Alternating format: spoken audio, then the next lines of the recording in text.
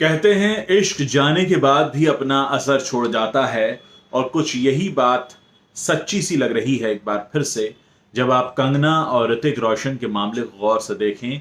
एक नया अपडेट ये आ रहा है कि अब करीब 4 साल बाद ये जो कंगना और ऋतिक का केस है इसे सीबीआई सीआईयू यानी क्राइम इंटेलिजेंस यूनिट को सौंपा जा रहा है।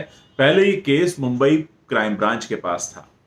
मैं आपको बता दूं कि 2016 में बहुत सारे खुलासे कंगना रनौत ने किए थे जिसमें उन्होंने ऋतिक रोशन पर आरोप लगाया था कि उनके साथ अफेयर था। इसको लेकर उस वक्त बहुत सारी बातें हुई थी और उसके कुछ समय बाद ऋतिक और सुजैन का तलाक हो गया था और इस बात को लेकर मीडिया में कई तरह की खबरें आती रहीं। कभी ईमेल्स को लेकर जिक्र आया, कभी कहा गया कि कंगना फायदा उठाना चाहती हैं, कई बार कहा गया कि ऋतिक कंगना का फायदा उठाना चाहते थे। तमाम तरह की कहानियां मीडिया में फ्लोट करती रहीं। अब एक बार फिर से जब यह खबर आई है कि इस केस को सौंपा जा रहा है सीआईयू को, तो इसको लेकर अब जो खबर आई वो मैं आपको बताता हूं।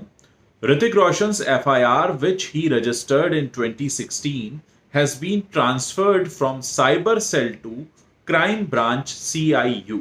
माफ कीजिएगा, मैंने आपको पहले बताया था कि क्राइम ब्रांच को सौंपा गया था। असल में केस पहले साइबर सेल के पास था क्योंकि इसमें ईमेल्स का जिक्र था। अब इसे crime branch CIU, crime intelligence unit को सौंप दिया गया है। Hrithik alleged that he had received hundreds of emails in 2013 and 2014 from Kangna's email ID। इस खबर को आने के बाद, जैसी खबर आई उसके बाद कंगना ने ट्वीट किया, his sob story starts again, so many years since our breakup and his divorce, but he refuses to move on, refuses to date any women.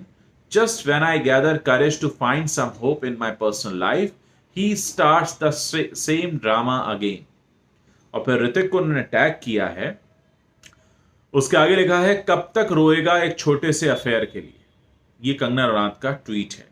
यानी एक बार फिर से वो सारे जख्म फिर से ताजा होते दिख रहे हैं जो 2016 में बहुत बवाल हुआ था। इसको लेकर ऋतिक रोशन के भी इंटरव्यूज आए थे। कंगना ने तो लगातार इंटरव्यूज दिए थे और हर कोई हैरानी से कंगना और ऋतिक की बातें कर रहा था।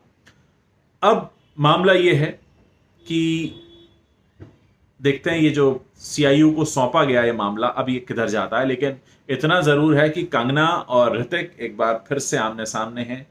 4 साल तो इस खुलासे को हो चुके हैं और दावा ये किया जा रहा है कि उससे पहले था, अफेयर था नहीं था, ये दोनों ही जानते होंगे बेहतर। तो ये पूरा मामला इतना लंबा, मुझे याद नहीं कि बॉलीवुड में कोई इस तरीके का किस्सा पहले कभी इतना लंबा चला हो। और खासकर अब जब कंगना एक अलग रूप में मीडिया के सामने आ चुकी हैं, अपने ट्वीट्स के लिए काफ़ी जानी जाती हैं, वो तरह तरह का ट्वीट्स करती रहती हैं आजकल कोई भी इशू हो। अब ये मामला कहाँ जाता है ये देखने वाली बात होगी। लेकिन इतना ज़रूर है, कंगना और ऋतिक के फैंस को एक नई तरह का एंटरटेनमेंट ज़रूर मिल गया है।